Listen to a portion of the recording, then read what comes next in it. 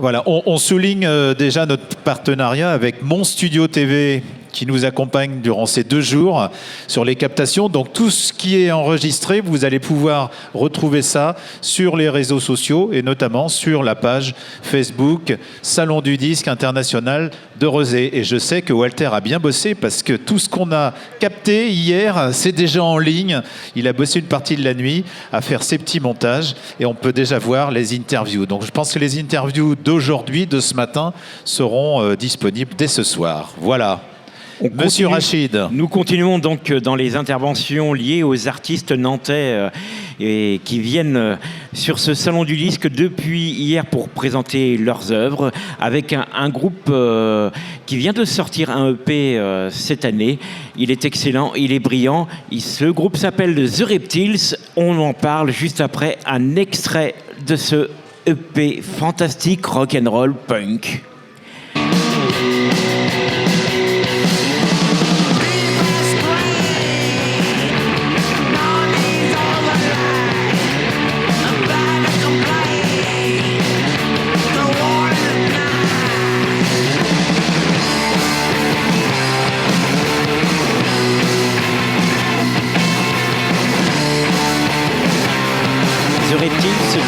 Avec un EP qu'on peut trouver donc au Salon du Disque, et puis après cette interview vous pourrez le retrouver, parler avec les musiciens et vous le faire dédicacer. Alors ce nom The Reptiles, quand on sait que le leader du groupe c'est Iggy, forcément on pense à l'iguane.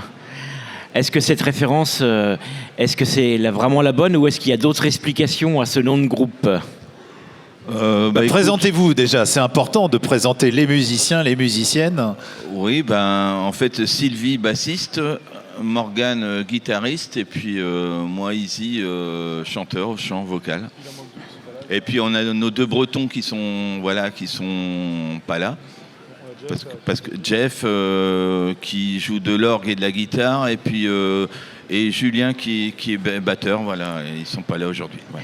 Donc la référence à l'iguane alors La référence à l'iguane, ouais forcément, mais pas que ça quoi. En fait, on est parti sur cette typo de panneau australien parce que en fait on est aussi très influencé par le rock australien. Voilà, c'est un. Les groupes comme les Udugurus. Ouais, le rock australien qui est lui-même influencé par les Stooges. Hein. Donc la boucle est bouclée. Oui, après on a une asso qui s'appelle Iggy Stoner aussi, donc c'est un hommage. Et toi, c'est Easy quoi en fait. C'est un hommage à tout ce bon son qui nous a fait vibrer très longtemps. Alors tous les 3, même tous les 5 ou tous les 4, vous n'écoutez pas forcément la même chose, puisque vous êtes retrouvés sous cette esthétique musicale, mais l'une, qu'est-ce que vous écoutez, quels sont vos artistes un peu de prédilection et dans un salon comme celui-là, qu'est-ce que vous allez plutôt chercher ? Est-ce que dans ces influences, on retrouve complètement ce côté rock'n'roll ou ce côté punk, où vous oscillez entre les deux, ou alors vous écoutez aussi complètement autre chose ? Alors, on écoute de tout, en fait. Moi, là, je suis partie, on écoutait quoi quand on partait ? Tom Petty. Et voilà, moi, j'aime les Sense, je suis vieille, donc j'aime Motorhead, j'aime toute cette musique qu'on a tous écoutée, qu'on connaît tous. Et puis... voilà, moi je suis ouverte à toutes les musiques à partir du moment où c'est bon, quoi. J'aime le blues, le rock, le métal, Motorhead évidemment. Et voilà, donc c'est tout ça dans la tête. On a tous. On écoute tous des choses très différentes, mais ouais. Effectivement il y a le rock qui est le centre de notre énergie, quoi. Avec les Stooges, MC5. On écoute aussi avec les 2 autres musiciens des groupes comme Fugazi, Jesus Lizard. Donc voilà, donc c'est ce rock depuis 40 ans qui a influé sur nos compos, quoi. Alors dans les compositions, on sent aussi un côté assez pop, très mélodique. Donc ça, cette influence-là aussi, elle est importante dans le monde de la pop. Oui, parce qu'en fait, on a la chance d'avoir un clavier guitariste Jeff qui qui lui ne vient pas spécialement du rock. Il est très intéressé par les musiques de films et par plein d'univers musicaux. Et donc, en fait, oui, il nous apporte cet univers voilà, mélodique. Et on a beaucoup de chance d'avoir Jeff dans le groupe. Alors toi, Izzy, tu as eu une carrière de musicien aux États-Unis. Ouais. Alors, est-ce que tu peux nous en parler et puis voir la différence du travail qui peut se faire pour les musiciens américains ou pour les musiciens français? Tu sais, moi j'étais jeune et l'univers, bon, forcément, il est voilà. Je pense qu'aux États-Unis, il y a une culture musicale qui est voilà partout.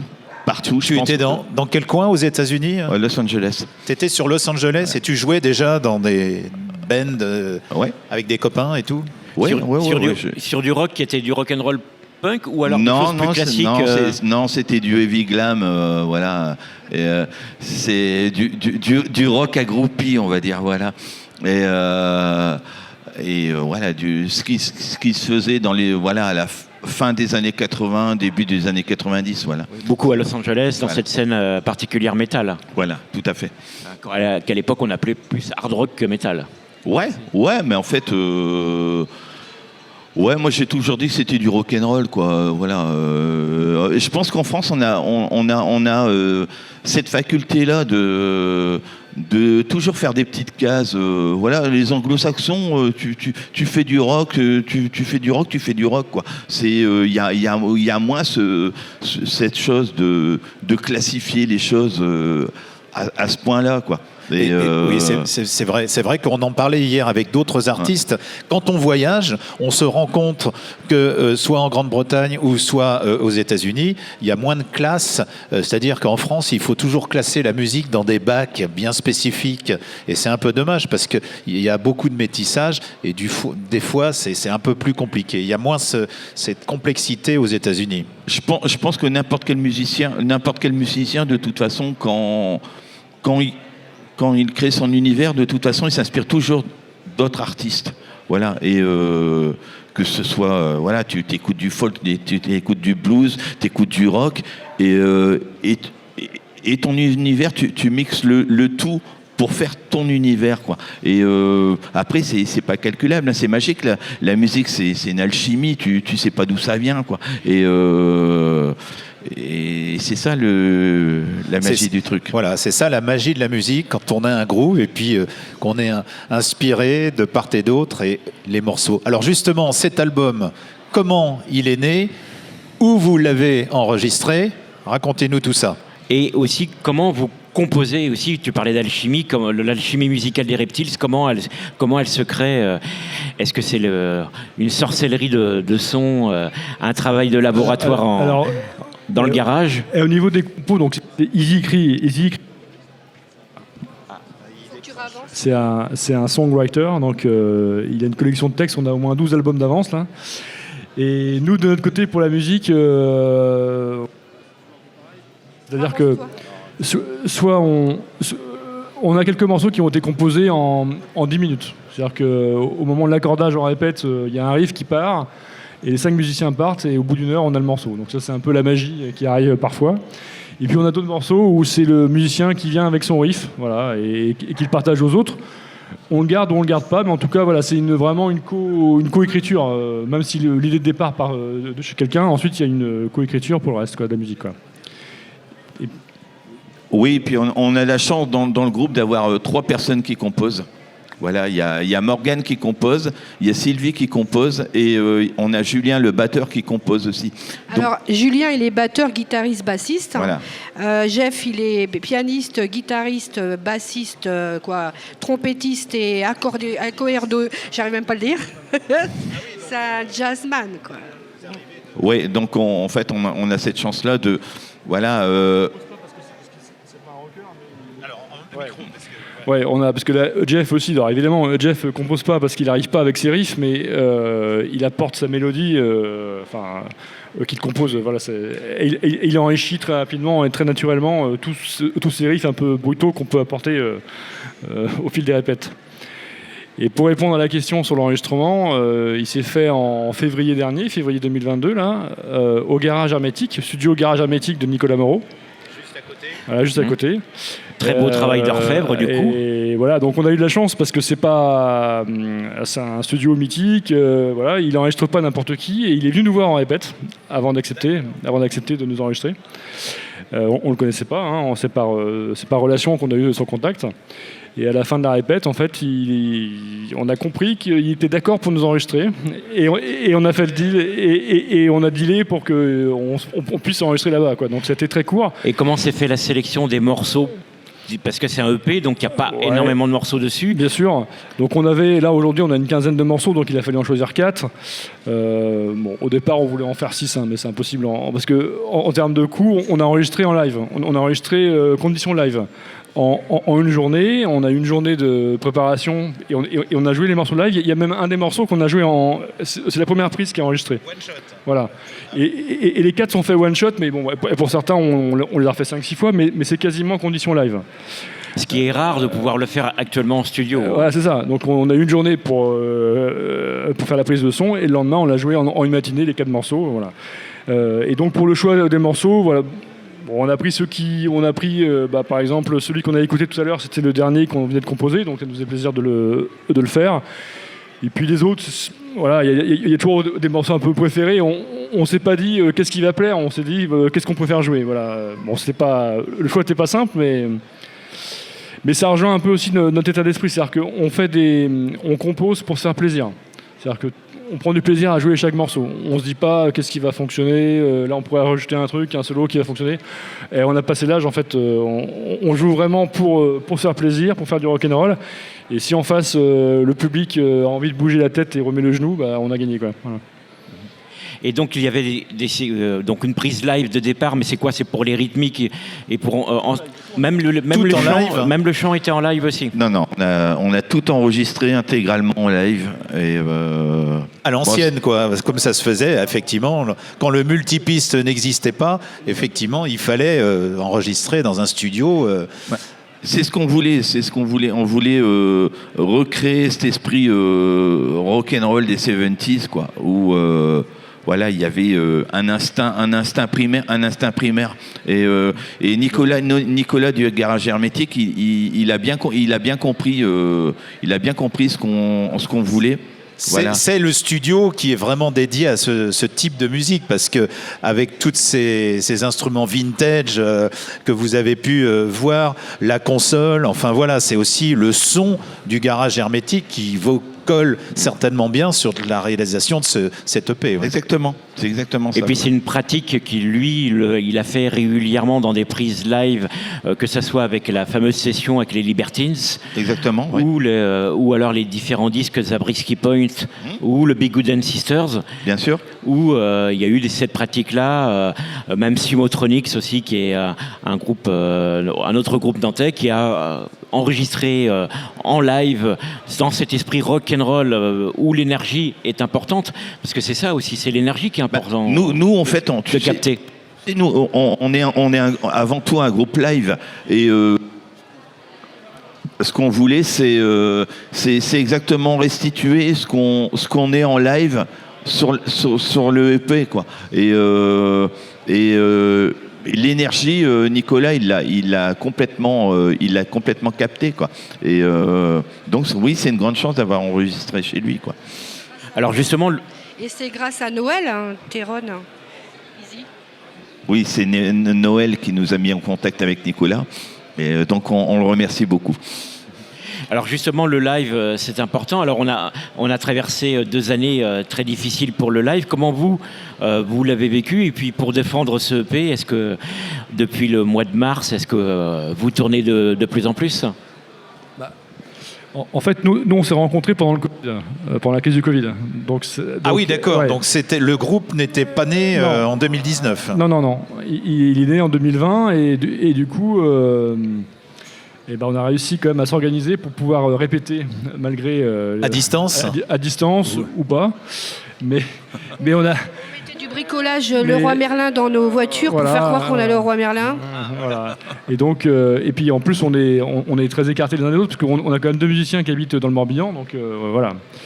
Donc on a pris quelques risques, mais on a réussi à composer le set pour qu'on puisse le produire à la sortie de la crise. Voilà. Et là, donc, il y a beaucoup de dates à venir. Donc, il y en a eu quelques-unes il y a peu de temps autour du Festival Culture Barbare. Ouais, on a joué vendredi dernier à la Duchesse, enfin à Duchesse, et on a joué il y a une semaine à Culture Barbare. Ouais. Et donc, il y a d'autres dates à venir. Voilà, on a une date, on a janvier, on va à Rouen à janvier, on a 2 dates en Bretagne en février-mars, on a Saint-Brieuc, Concarneau. Voilà, donc on a des...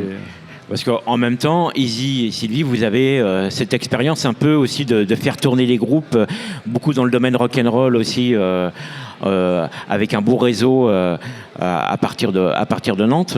Et c'est, j'imagine, un réseau que vous développez de plus en plus et qui a dû être compliqué et qui, avec cette période de Covid. Justement, avec le Covid, on s'est aussi aperçu que l'expérience Covid a été fatale à énormément de lieux, voilà. Et pour les groupes à gros son, c'est vrai que voilà, ça, dans le milieu Cafcon, ça devient hyper compliqué. Et tu sais, en France, on a un déficit de lieux.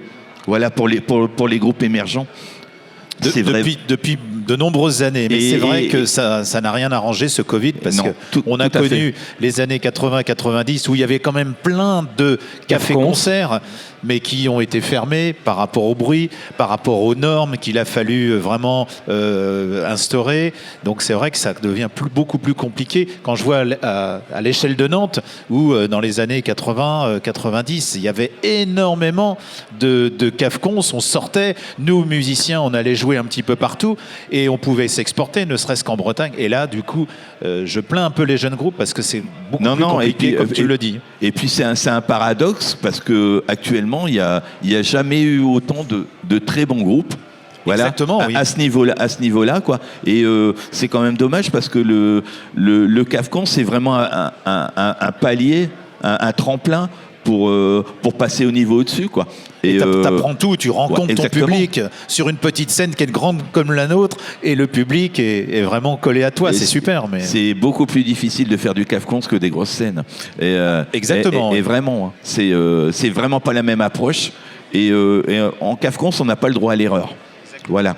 Et sur des grosses scènes, il y a toujours un technicien qui va te rattraper tes coups, qui va masquer les coups. Voilà. En Cafcon, tu peux pas le faire, tu peux pas te cacher. Voilà. C'est la magie. Et aujourd'hui, ce qui est important aussi, c'est l'image.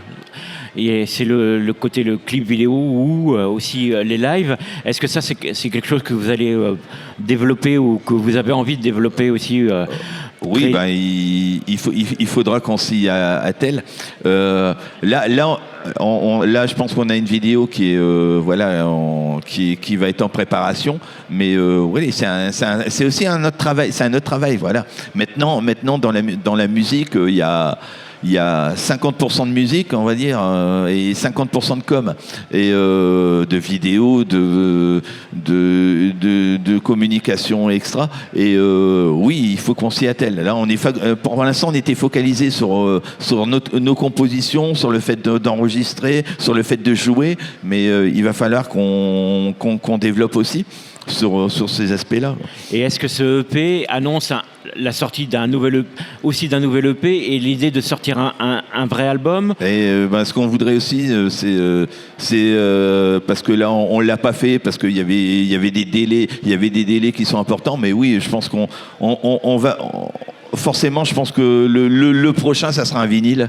Ça sera un vinyle parce que c'est important. Je pense que vous restez attaché à l'objet. Oui, forcément, quoi. Et puis c'est pas du tout la même écoute. C'est pas du tout la même écoute. Et je sais que dans le rock, voilà, les amateurs, aiment le vinyle, quoi. Et ce qui est logique. Et ce EP, pour l'instant, n'existe que que parce qu'on a été digital. On a été, tu sais, on a été vite, on a été vite et puis on voulait avoir quelque chose à présenter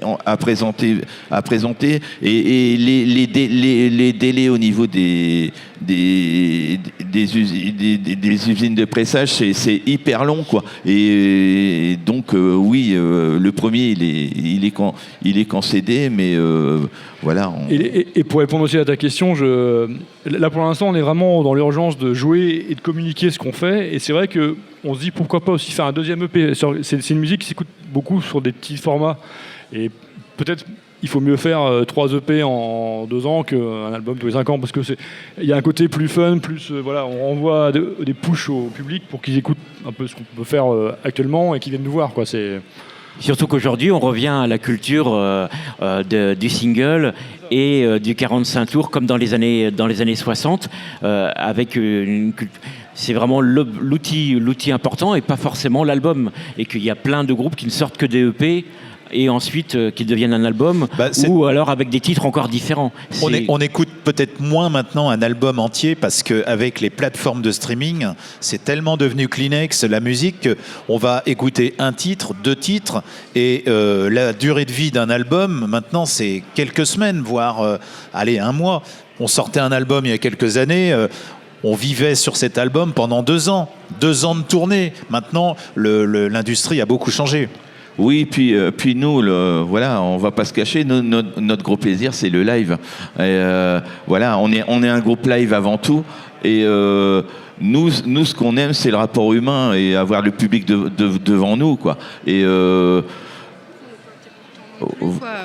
on n'est pas intermittent, on veut juste écumer la Bretagne un petit peu. Voilà, on joue pas tant que ça. Petit à petit, l'oiseau fait son nid, en fait. Voilà. On a envie de jouer et en plus, on est tranquillement quand même. Malgré les apparences, nous sommes un groupe très jeune. Voilà. Donc, chaque chose en son temps. Donc, The Reptiles, voilà, le EP, 4 titres. C'est disponible vrai, au Salon du Disque. Voilà, c'est de se faire plaisir, comme tu le dis, comme vous le dites. C'est vraiment important de pouvoir monter sur scène et puis de se dire, ben voilà, on fait de la musique entre copains, copines, et puis avant tout, et on partage. Avec un bel esprit. On parlait de vinyle, puisqu'on a reçu hier la B-Side, Jeff Ferrand et Michel, et du coup, ils sont basés à côté. Si vous souhaitez les rencontrer, ils ont des délais de pressage relativement courts, mais vous les connaissez peut-être déjà. Oui, j'ai vu passer sur le net. En Vendée, à Saint-Hilaire-d'Oulay. Voilà, on va clôturer cette petite interview en représentant le EP 4 titres. Vous allez pouvoir acheter ce disque. Ils vont se tenir à votre disposition pour une petite dédicace et échanger des selfies. Voilà. Merci Sylvie, Morgane et Iggy. Merci on peut à les vous. applaudir.